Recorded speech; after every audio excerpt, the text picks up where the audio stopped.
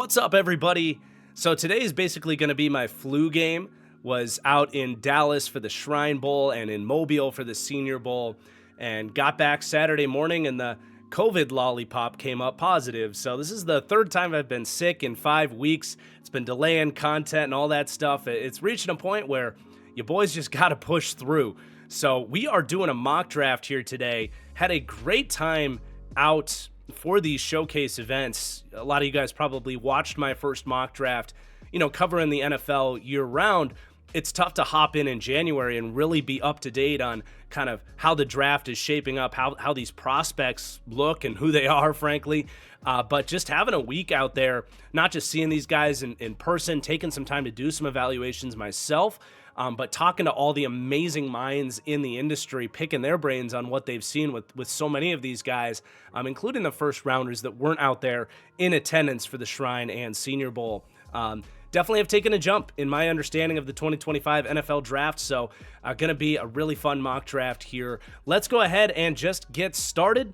If you guys could please hit that like button and make sure you're subscribed for all of the draft content heading your way. Our next draft video is hopefully going to be my top 15 wide receivers. I've got evals on about 13 guys right now, so going to go about 20-25 deep before I put out my initial top 15 wide receiver rankings. So hopefully can get that out to you by the end of the week here, and we'll have some studs and duds episodes dropping as well. Got to get caught up on that. So let's get started with the number one pick. And admittedly, I got sucked into the whole generational player comment by the Titans GM. I put Travis Hunter here number one.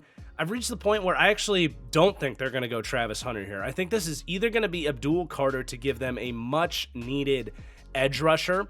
They have interior pieces, but if you put in a premium edge talent there, you're really starting to make that D-line a real identity of that team. Or it's going to be a quarterback if they deem that one of these QBs is going to be worth that number one pick. Look, seemingly everybody that gets through these tape comes to the same conclusion I have, that Cam Ward is QB1. I talked to probably 40 to 50 analysts this week about this. I kid you not, this was the talk of the town. And I would say 3 out of 4 people agreed Cam Ward was QB1. And even some of the reports are most of the teams agree with that as well. So to me, I do think the Titans, especially in the case of Brian Callahan, is going to be desperate enough to, and desperate is a harsh word because I do think Cam Ward is worthy of a top 5 to 10 pick, but the conversation does change when you're talking about the number one pick and you're passing up on potential true blue chip talent like guys like Travis Hunter and obviously Abdul Carter. So I don't think it's full desperation. Like, I do think Cam Ward can hit and be worth the number one pick, but he is a little bit more risky than you'd like for that spot. But I do think for Callahan, heading into year 2, year 1, let's just face it, was really disappointing. I think he's going to be pushing to kind of start that window, get that quarterback now. For me, I'm going to go Cam Ward here for them. We'll see what how the deck ends up settling here, but we'll go QB Cam Ward number one. Then we're gonna go number 2 for Cleveland. This one feels pretty easy. Especially today with Myles Garrett requesting a trade, seems inevitable. You replace that piece with Abdul Carter. It's almost like hard to even argue that making sense unless you're really high on Shedeur. Then you would take the quarterback there. But, again, most people not this high in Shedeur. I think you go Abdul Carter, get your picks for Myles Garrett, and start to build this thing back up. All right, the New York Giants up at number 3. Look, I wish I could sit here and say they have time. They can go best player available, make the best pick for their organization. But look, Brian Daboll and even Joe Schoen, they understand the program here. They got to get their quarterback and get this thing going now. And they're in a double bad spot because Cam Ward just went number 1. And the kind of one free agent option that actually makes a lot of sense for the Giants would be Sam Darnold. I don't think he has any interest in returning to New Jersey. So they are really backed into a corner here. I think they do have to take a quarterback here. If I'm them, I'm hammering the Titans phone line to try to get that number 1 pick to get Cam Ward, because for me, there is that split. But that doesn't mean you can't try to play the board a little bit. I'm gonna get Jacksonville on the line. I do think Travis Hunter is a uniquely perfect fit for the Jags because they need a corner and they could use a little bit more juice at wide receiver next to Brian Thomas to help out Trevor Lawrence. And if you could move down just a couple spots, let's get a pick or two in there. Why would you not do that?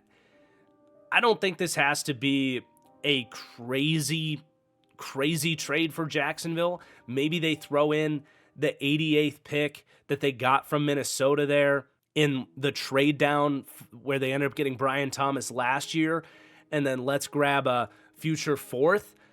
I think that's pretty good. Let's see if the simulator agrees.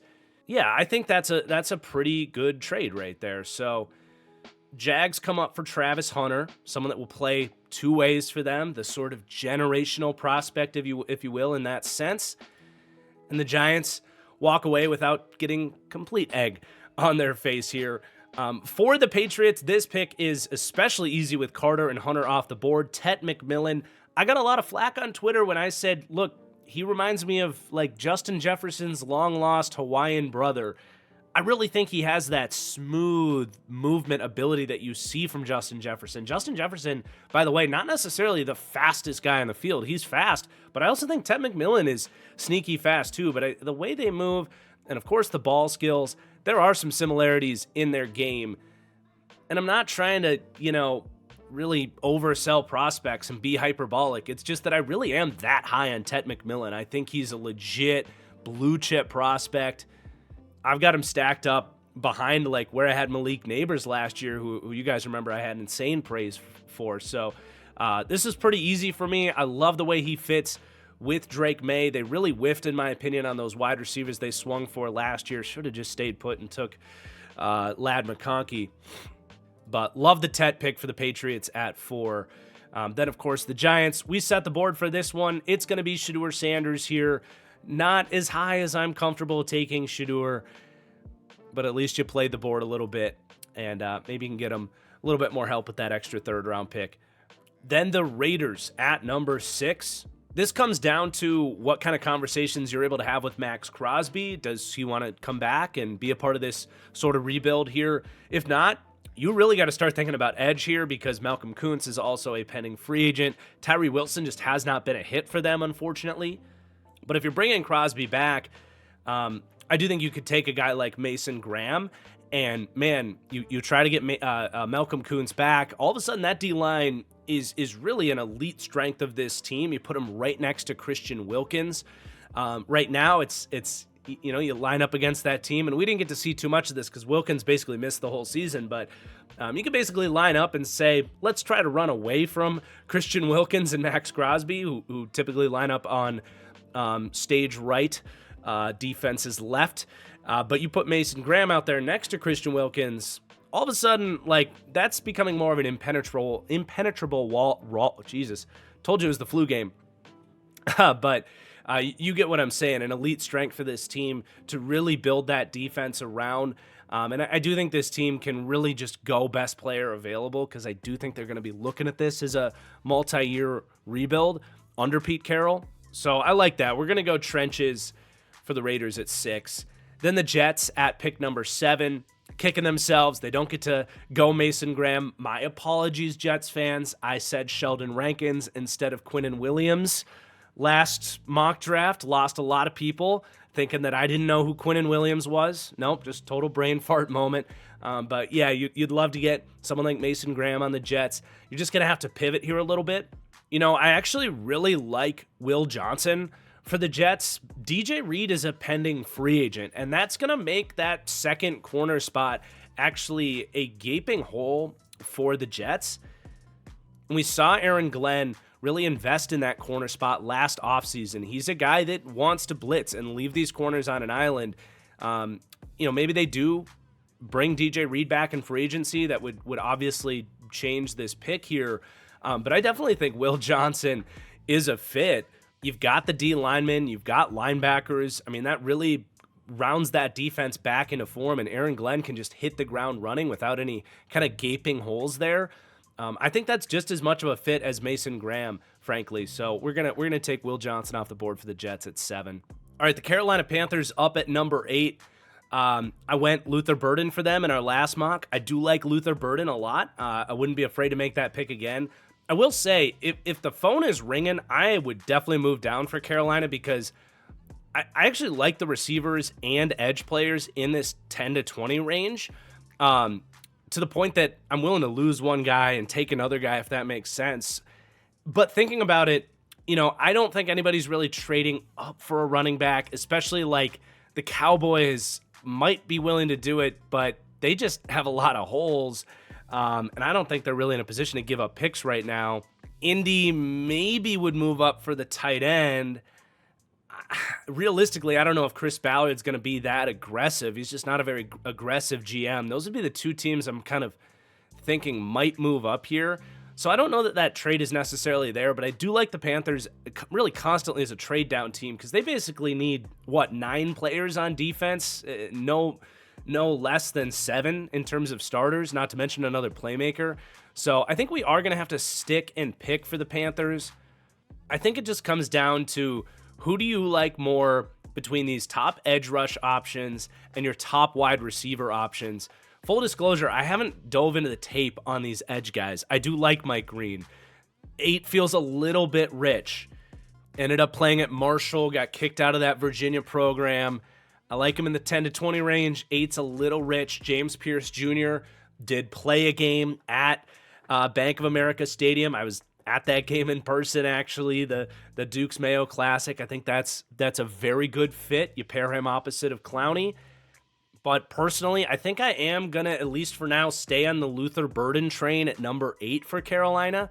While I do like the top kind of 5 to 6 guys, I don't know that you're necessarily finding that difference maker at the 40th pick or whatever for Carolina. Not that you're necessarily getting that at edge either. But again, if I can't trade down right now, I'm gonna go Luther Burden. I'm between him and James Pierce at number 8. Tough to go wrong. I think both those guys are great prospects. Okay, number 9 for New Orleans. Still no head coach for them. It's probably going to be Kellen Moore, assuming he wants to take this job. I'm going to go Will Campbell. I just think whether he's playing left guard, right tackle, both big needs for the Saints. Kellen Moore had that great offensive line in Dallas for so long. He had what he just had in Philadelphia. I think trying to establish that as he's hopefully going to have a little bit more of a longer window, Will Campbell would make a ton of sense at number 9. If you are talking about a defensive head coach, maybe, though, he would want to get the edge rush talent that they need. But just trying to project the hire a little bit. Kellen Moore is, I think, the heavy favorite for that job. We're going to go with the offense and Will Campbell. And the in-state connection is nice. All right, Chicago Bears at pick 10. I will say, I do think Ashton Jeanty is a sneaky, well, it's becoming less sneaky here, but I could see it, right? Ben Johnson rolled the dice with, taking that 6th pick, moving down to 12, and taking Jahmyr Gibbs. Very different player, but obviously they value running backs in a Ben Johnson offense that wants to run the football. Not to mention, the last time Ben Johnson had DeAndre Swift, he all but kicked him out of the building. So I do think Jeanty is absolutely in play, but if they're realistic, running back's going to be, it's a deep running back class. They're going to have opportunities to get other guys in the 2nd, 3rd round, and I think he's going to like Roschon Johnson a lot too. So I don't think you have to go Jeanty, but it's definitely in play there.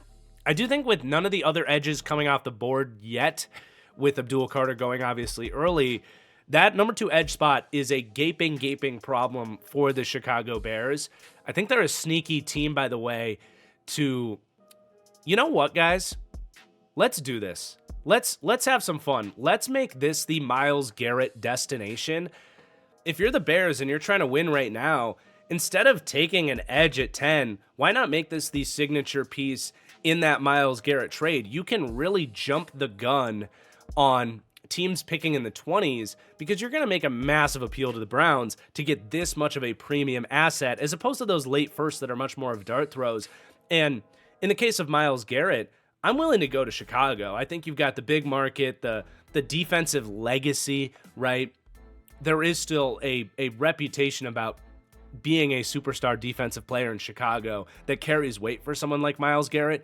But this isn't where he's coming from in Cleveland with that situation, right? You just got Ben Johnson, you've got Caleb Williams. This team is heading places, and Jesus, man, with a Dennis Allen led defense now, with already a ton of talent, getting that missing piece of Myles Garrett, this could be one of the best defenses in the league. So yes, if I'm Myles Garrett, I see myself on that defense and what it means and where this team can go. I'm absolutely willing to go to Chicago. So let's make this the destination for Myles Garrett. And the thing is, the Bears also have that extra second-round pick from Carolina. So I think you go 10, 39, and I don't even think it costs an extra first. I think you're talking about a second round next year. These two together effectively equaling 2 first-round picks. That gets you really close. And then you're probably starting to kind of split some hairs. Maybe you're throwing in, a pair of fourths. I don't think I want to give up any more picks this year if I'm Chicago. I'm already giving you 2 this year. Maybe you're talking about a couple of pick swaps like this type of deal. Something like that. And then maybe we do throw in DeAndre Swift as a kicker. I really don't know that Ben Johnson wants to coach him again, so the Browns could actually make good use out of DeAndre Swift. I think that's pretty fascinating for Cleveland. We, of course, are going to have to put Myles Garrett in there. I'm just going to force it because I don't know if the simulator really accounts for the players quite yet. But yeah, I'm curious to see what you guys think of that. Cleveland comes in with the 10th pick now. And man, it's not a bad idea to just go bang, bang, edge, kickstart this rebuild with a cornerstone edge duo. I kind of like that. Do you like Josh Simmons locally out of Ohio State? That would probably be the other option here because Jedrick Wills, a pending free agent. DeJuan Jones is a fine backup tackle, but probably doesn't have the consistency with his unique frame to be a week in, week out starter. So I think I will go Josh Simmons. I really do like the idea of James Pierce though, and just get it done. You develop those two guys together. You have a thumping Elijah McGuire that can play earlier downs as well. But having watched the Browns last year, that offensive line was actually a legitimately massive issue for them. And I think that's probably the smarter pick to go with Simmons there out of Ohio State. And that's something, too, once I get final grades on these guys, it'll become a little bit more clear which direction I would go in terms of where these guys stack up. But for now, I'm going to imagine that they grade out pretty close. We're going to go with the tackle. All right, that was fun. This part of mock drafts I just freaking love. Guys, before we go to our next pick, you may have heard Eagles-Chiefs. There's a big game this weekend, and Underdog Fantasy is looking to help you cash in on all of your predictions for how your favorite players are going to perform this week inside their legendary Pick'em contest. Underdog is giving everybody a no-sweat Pick'em token. That means you'll fill out your lineup selecting higher or lower on player stats, and if you pick wrong, you will get a bonus credit in return. New customers this week also will get a free Travis Kelce pick, which is just going to make watching that big game and getting a chance to win big money even better. This is the ultimate way to enjoy the big game on Sunday, keep you glued to your seat through the entire game. You can shove it in everybody's face around you, showing off your lineups and how much you just won and what you're looking for as the game goes on. And of course, if you sign up right now using code TFG, not only will you get a bonus match on your deposit, you will get the big game promos we've been talking about, but you will also support my channel in a big, big way in the process. That is code TFG at Underdog, and I hope you guys have an awesome Sunday. Let's get back to the video. All right, for the Niners, a couple of offensive linemen just came off the board. I still think of that offensive line as just so tragic for them right now. I am going to go Kelvin Banks. Probably going to play right tackle for now, but I think you're getting more and more questions about kind of where Trent Williams is at long-term wise. So they really do need 2 tackles. I don't think you can really mess around with a guy like Kelvin Banks sitting there at 11. We're going to go that route for them. All right, Dallas at pick 12. Obviously, the common pick is Ashton Genty. I do really like it for them. Do you think about other players here, though? I am very impressed by Malachi Starks. I think he could be just another ball hawk. in the secondary for them. I don't think you're touching edge, really. You got to remember how many guys got injured in that group last year. Wide receiver, you could think about someone like Emeka Ibuka would just be the perfect complement to someone like CeeDee Lamb. I do like that. I don't know that he's the difference maker for this offense that Genty could be, frankly, because I do think the run blocking is pretty good. So, just kind of trying to play devil's advocate here. I just don't know that anybody's really like punching you in the face like, we have to take this guy. I really just think the value, the need, the fit, it all lines up for the Genty pick here at 12. Cowboys fans may or may not be getting sick of it, but it does feel like one of those picks this year. It was actually the 12th pick last year. I was looking back through. I did 6 mock drafts last year. I had Bo Nix going to the Broncos at 12 in all 6 of them. And I kept saying, Broncos fans, I know you're getting sick of it, but it's the right fit. And look how that worked out. So it kind of similar vibes there. All right, Miami at pick 13. A bit disappointed that 3 offensive linemen have already come off the board for Miami. That is obviously a desperate need for them, but you also don't want to overly reach on any of those guys. You don't have to go edge. I think the value guys are going to be like Starks, Warren, maybe a Ibuka. Michael Williams is definitely interesting. I'm going to continue to shake things up with trades here. Obviously, Indy is sitting right there eyeing Tyler Warren at 14. You know who really wants Tyler Warren? The Denver Broncos.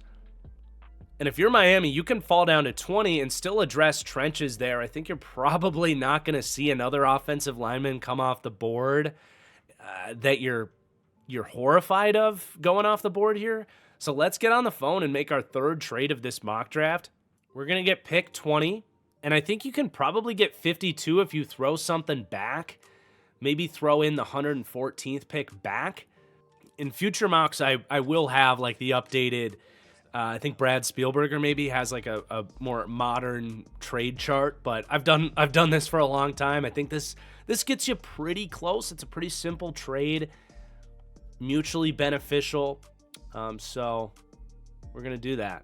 And did I force it or not? I can't remember, but trade is accepted. So obviously Tyler Warren to Denver. I love the fit. Sean Payton loves getting those tight ends going in his offense. You think back to the Jimmy Graham days, but he's wanted to do that with these guys in Denver, but none of these guys have really been that dude. So you jump the Colts, who were just sitting there praying for it. Tyler Warren is probably a top 10 player in this draft in terms of total talent, really a special player.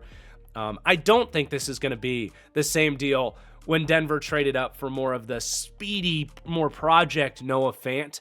I think Tyler Warren's much more of a complete tight end to come up and get him. And then Indy's like, damn, that sucks. We have to completely pivot here. This is when teams in real life often make really head-scratching picks. We're going to do our best to not botch it here. I do really like Malachi Starks, pulling up the Colts roster here. Julian Blackmon, a pending free agent again. He was okay, but, he's kind of a bridge safety at this point, more of a name than a star player. Nick Cross has been okay. He really would fit here. It's just, do you value that position with the 14th pick? It's tough. It's tough to find those true difference-making safeties. He really has to be in Antoine Winfield and, Derwin James in his prime, Jesse Bates. He has to be one of those premium safeties to really make that difference. I think he can be that. Offensively, you're pretty set other than tight end. The edge group, I do think, unfortunately, does need another guy. Samson Ebukam coming off the injury. Kwity Paye just hasn't been that guy. You can get by with that group for another year. This is too early to take a linebacker. You could think about corner, certainly. How do you feel about Juju Brents and his health? So you do have options, but I really like Malachi Starks, man. Just as a player, I think he's a do-it-all, freaky safety. The way he hits, the way he breaks down at the tackle point, but plays with speed as well. Good ball skills. Once upon a time, I think Hooker went with the 14th pick, and he didn't work out for the Colts. So they're probably going. That might have been the 15th pick, but Colts fans, a little bit of PTSD on this one. Probably going to get some comments. You can't take a safety at 15 because they're a little jaded. But I'm not going to let that prevent you from making what I think is the best pick for this team right now, and that's Malachi Starks. And then the Falcons are super thankful. They get to really get their pick of the litter with these edge rushers, just kind of falling in this situation. James Pierce, Mike Green, Mykel Williams, all going to be really good options. I think for the Falcons that are tired of less refined edge rushers, I think Mike Green's going to appeal to them. Gonna have to clear those kind of background checks and make sure everything's good to go for spending a first-round pick on him. But I do think as well, being a guy that can stand up, play the edge, drop into coverage a little bit, that is absolutely what Raheem Morris likes for his edge guys. So we're going to go Mike Green. Get a little edge help there. Cardinals, pick 16. Going to keep the edge run flowing here. James Pierce Jr., that edge group just needs guys that can win one-on-one reps. They have a bunch of interesting, fun players that rotate and can drop into coverage and loop and stunt. James Pierce has that real ability to just pin his ears back, beat a tackle, get you that critical sack on third down. All of a sudden, if you can get your first-round pick, Robinson, healthy, going as more of an interior presence, some of those free agent signings from last year, hopefully that D-line can have a little bit more of a fear factor moving forward. Okay, Bengals up at pick 17. My mind just goes straight to defensive line. With or without Trey Hendrickson, they just need more guys there. Unfortunately, Chris Jenkins just wasn't an impact. Myles Murphy has not stepped up, their first-round pick from a year ago. Man, that's been really the downfall of this defense, is just how many times they've whiffed on these high-impact draft picks. Obviously, Dax Hill, I do think coming back at corner, you can have some excitement there for what he showed, but obviously they haven't gotten much from him. They got a hit on this D-line pick, so I haven't watched the interior group yet. I do like the flashes I've seen, I can't say flashes, the glimpses that I've seen of Walter Nolan here. That's probably the more pressing need for them. Do you prefer a guy like Mykel Williams would be a little bit more of potentially a project? Again, I wish we were a little bit further along in the eval process for me to just tell you who I think is the better player in that situation. So either way, I'm going to be optimistic and say they can find a way to get Trey Hendrickson back and then add Walter Nolan to that group. Dude, the Sheldon Rankins signing has been a complete whiff for them. I don't think you can count on getting anything from him.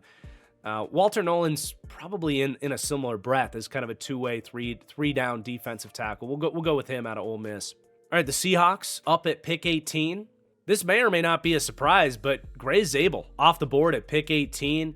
You've got John Schneider, the GM there, went to my alma mater, University of St. Thomas. Going to have an appreciation for some of these smaller school football powerhouses in the greater Minnesota area. Dude, this guy had one of the best Senior Bowls I've ever seen in my life. Basically walked out of that week where everybody had the kind of consensus opinion that he's not going to get out of the first round.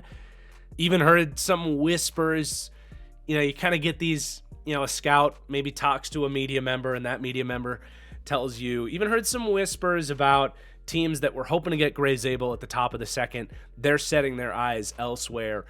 Zabel is the perfect fit for Seattle because they need all three pieces on the interior of the offensive line, frankly.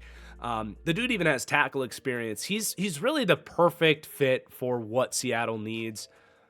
They change offensive coordinators again. For me, they're just going to keep cycling through offensive coordinators until they can fix that offensive line. So to me, this is the ceiling for Gray Zabel is 18 to the Seattle Seahawks. And Miami in this trade down situation probably would have been eyeing him as well. Okay, Tampa Bay at pick 19. Definitely bummed for them to see Pierce and Mike Green come off the board. I don't know that Mykel Williams necessarily fits what they're looking for. They want kind of stand-up edge players, and if you're going to be that DN, you probably want him to be a little bit bigger than 265. So he's a little bit of a forced fit for their system. Frankly, Shamar Stewart probably fits that kind of DN spot a little bit better for them. I'm actually going to, edge is a pressing need for them, obviously. I'm actually going to pivot and take Benjamin Morrison, the corner out of Tampa Bay. They might be moving off of Jamel Dean because of the injury record. Even if they don't, they need a third corner out there. And this is going to come as a little bit of a surprise here But they might be moving on from Jamel Dean, just with the injury background. And even long term, you don't always have to draft for need, right? Like, you can look down the board a little bit and be like, even if we don't move on from Jamel Dean this year, it could be next year. Morrison gets time to recover from the injury. I really do think he fits what Todd Bowles wants, a big physical outside corner. And you're kind of moving forward with him and Zion McCollum as the cornerbacks of the future. Fans always hate when you don't take that pressing need, but if the board doesn't fall the way you need it to, teams have had a ton of success kind of future planning as well. But like I said, I think Jamel Dean could be a trade candidate or even a cut candidate as well. So we're going to go Morrison to the Bucks at 19. Then for Miami at pick 20, I do really like Tyler Booker. I think Daniel Jeremiah just had him like number 10 on his top 50 big board or something. Would give you a little bit more meat in the middle there. They have the lightest center in the league. They do love to pull these guards, and I do think he has the athleticism to do it as a big guy, to really just be a people mover out in space for someone like Achane. I'm totally game to go that route. Or you're talking about maybe a tackle, a long-term replacement for Teron Armstead. They're hoping not Chris Paul, right? The Paul that they took in the second round last year can be that. Patrick Paul. You got Austin Jackson's under contract. So I do think interior is probably where you go here. You don't have to go edge. Yeah, I like Tyler Booker there at 20 after you move down and picked up really an extra second as well to continue to kind of fill out the trenches. Steelers at pick 21. I watched Emeka Egbuka last night. He's a Steeler, man. If he's there at 21, that really is the perfect fit.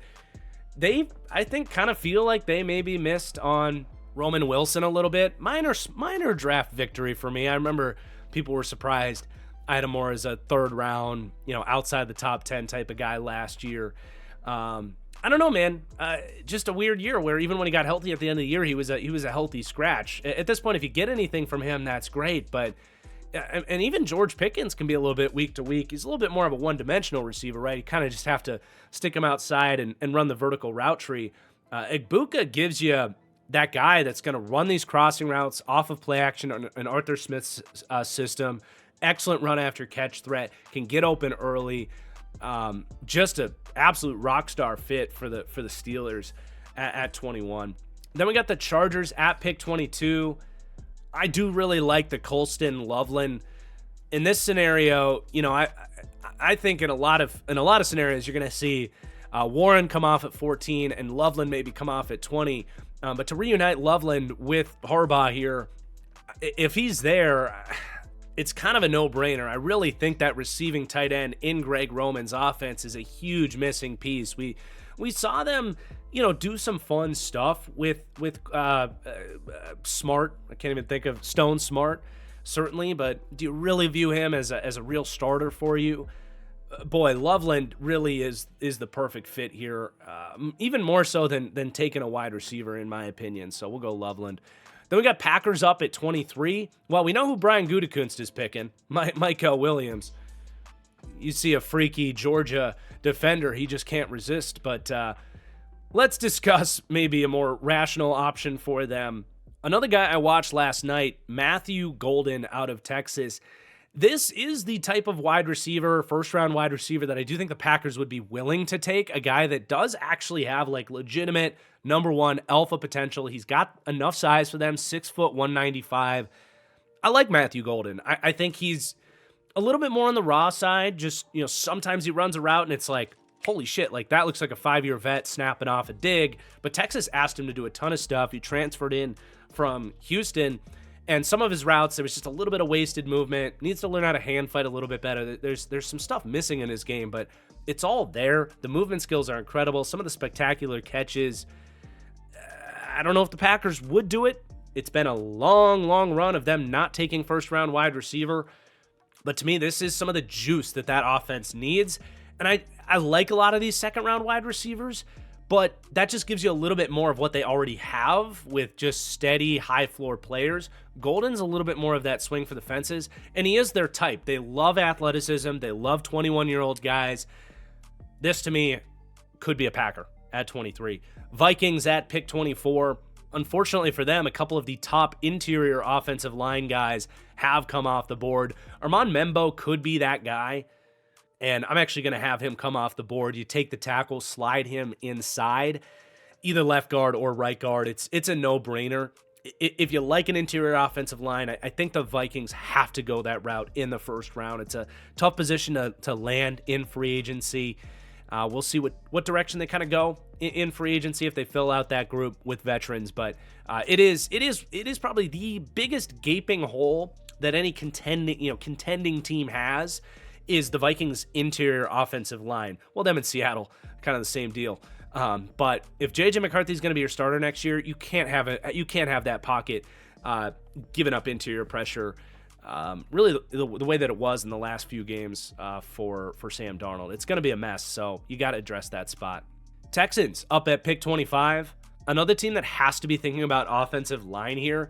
You'd prefer Membo, Booker, even Zabel here.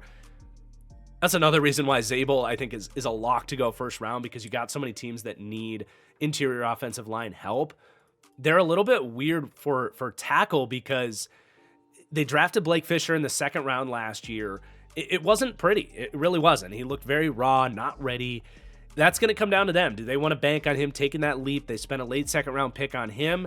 Titus Howard also, I think, is a tackle, but they insist on playing him at guard, so it's a little bit weird. You almost would rather take a guy that has a little bit more flexibility. I think Connerly is probably a tackle at heart. I don't know that he's necessarily the right fit for them. I think with the way the board has fallen, unfortunately, I don't know that tackle or just offensive line makes sense for them as kind of a reach rate here. I think interior defensive line would make a ton of sense. They just don't have a lot of guys there. Danico Autry is like 35 years old. He slides inside on passing downs. So who's that guy? Omar Norman-Lott really impressed me at the Senior Bowl. But I think you roll the dice on Kenneth Grant. You pair him with D'Amico Ryans and that coaching infrastructure. You get a little bit more beef. You've got some kind of flexible guys that can move inside and out. And they really were looking for that big defensive tackle type in Folu Fadukasi. Kenneth Grant gives you a little bit more of a long-term answer there. So we'll go Grant at 25. Then the Rams at pick 26. I do think getting a real tackle makes a ton more sense for the Rams. I'm going to take Josh Connerly. A little bit more of an up and down Senior Bowl, but you could still see the traits, the movement, a lot more, more often than not look the part. He is the guy that got put on his ass by Mike Green, but it is Mike Green. So we're going to take Connerly here. Could probably edge out Jackson at left, right Jackson, Iowa, UD pickup. Yeah, he's a free agent anyway. But could probably edge him out that left tackle spot. But Havenstein's not getting any younger at right tackle as well. So kind of a no-brainer at 26. Okay, for the Ravens, if Michael Williams is still there at 27, you run this up to the podium. He is absolutely that type, that pocket compressor. You think back to, and I know the system has changed and all that, but you think back to the Zadarius Smiths, the Matthew Judons, almost eye for an eye in terms of size. A special player that, the Ravens get the benefit of the doubt in terms of developing these types of guys. So that just screams perfect fit for me if he's there. 28 for Detroit. Jack Sawyer is obviously a very, very common pick for them for good reason. I do think Shamar Stewart would fascinate them, though. They run a lot of different fronts. And to be honest, they don't really have, for a team that likes to blitz and likes to stunt, they don't really have that bulldozer stick of dynamite that can just get in there, bull rush a guard or a tackle, kind of line up anywhere, and just cause chaos and open up those kind of looping rush lanes for everybody else. As much as the aesthetic is there for Jack Sawyer to pair opposite of Hutchinson, obviously, I actually think you take Shamar Stewart, Reeder, he from a pass rushing perspective, he's kind of got to come off the field at this point on later downs. You take Stewart, you kind of line him up in between the tackle and the guard, blow shit up. You got McNeil doing his thing. You got Hutchinson doing his thing. And I think you can find that other edge piece either later in the draft or in free agency. Maybe it is Zadarius Smith coming back, who was pretty good for them. I actually think Stewart is more what they're looking for and a better fit. I think they were hoping Josh Pascal would kind of be that guy. He just hasn't really had the pass rushing aspect of things. So there we go. Okay, Washington at pick 29. I am going to throw a name out here. I don't know if I'm going to pick him or not, but can you imagine putting a superstar running back in there with Jaden Daniels? You see the difference it made in Baltimore with Lamar Jackson. With all due respect to Brian Robinson and Austin Eckler, those guys probably aren't the dudes. I know they have other needs, but Omarion Hampton is absolutely in play for me at 29. I think he's remarkably talented. I think obviously D-line is going to come to the forefront for you if you're Washington. Is that Scorton? Is that Jack Sawyer? I think those guys have to be in play here. I'd probably go Scorton over Sawyer for them. You know what? I'm going to do it. I really think you put a running back into a friendly running situation. Look at Saquon Barkley and the Eagles as well. Like, when you have that extra body removed from the equation because you have a quarterback who's a constant keeper option, it just completely changes the math and lets these explosive running backs thrive. It wouldn't be the first player that my mind goes to, but to me, just raw talent, probably the best player available here is Omarion Hampton. And I'm gonna do it. I'm curious what Commanders fans think about that one. All right, Buffalo up at pick 30. You could certainly think about edge. Depends how you think about Nick Scorton and Jack Sawyer. The Bills have guys, but they need like that difference-making edge, that number one. I don't know that Scorton or Sawyer are going to be that. Scorton especially not right away when this team's trying to compete. So they're in play, don't get me wrong. One guy screaming his name to me is Jahdae Barron here. Rasul Douglas is a free agent. They very well might get him back, but he's not a long-term answer. He's got to be approaching 30 years old at this point, right? He will turn 30 in August, so before the season. And then you've got, Kyer Elam. It drops off pretty damn quick. So corner is absolutely a need for the Bills. I think he fits what they like. They don't always prioritize size. They prioritize instincts and feel at the position. I do think Jahdae Barron has that, so we're going to take him off the board at 30 for Buffalo. Then we got Eagles at 31. Tough roster to fill in needs for. Guard, depending on how Becton, what happens there in free agency, is really the one spot on the roster that's like a glaring hole. To me, they're going to look at the trenches and want to replenish that group one way or another. I think Scorton is kind of the idea of what they're looking for. He's bigger than most of the edge guys they typically bring in, but they are eventually going to lose Brandon Graham here, right? Is he going to retire after the season? I think he said he was going to do that, right? So, different size profile, but kind of similar idea. Doesn't need to be an impact right away for them. He to me feels like an Eagles pick at 31. And then the Chiefs at pick 32. Definitely want to take a peek at tackle. So many guys have come off the board. It's probably a little early at this point to go tackle. I will say I was really impressed by Anthony Belton down there at the Senior Bowl. Probably a little bit too early, but I wouldn't be stunned if he had a good workout, if he got some kind of, Mekhi Becton style hype and encroached on the first round. But right now, probably not doing that. So if you're not taking a tackle here, I think corner or edge are probably your picks. I'm going to go Trey Amos for them. Or you could roll the dice with Siobhan Ravel. That's very L'Jarius Sneedy, isn't it? Roll the dice. I like that. Let's roll the dice a little bit with Siobhan Ravel, someone that if he were healthy and were able to go through the process, we're maybe talking about as more of a top 15, top 20 pick. Kind of roll the dice on the injury, take the chance that you're getting, a player that's above the caliber that you're typically picking at 32, whereas I think the Trey Amoses of the world will probably come around. So we'll end up with a fun pick there for the Chiefs with Ravel at 32. So there you have it.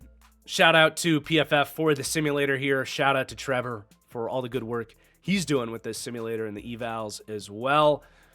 You guys let me know what you think of our second mock draft here. Make sure you are subscribed because my next draft video is going to be one of the best ones we put out every year, which is the top 15 wide receivers in the draft, depending on how I'm feeling as the week goes on. Definitely has some good energy here with day 3 of COVID. Feeling pretty groovy. So hopefully I'll be able to get all the evals done that I need to, that we can get to the top 15 wide receivers by Friday.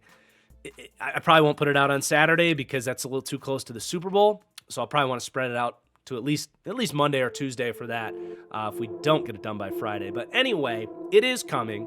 Until then, I'll have some studs and duds as well.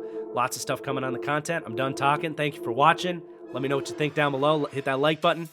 Peace out.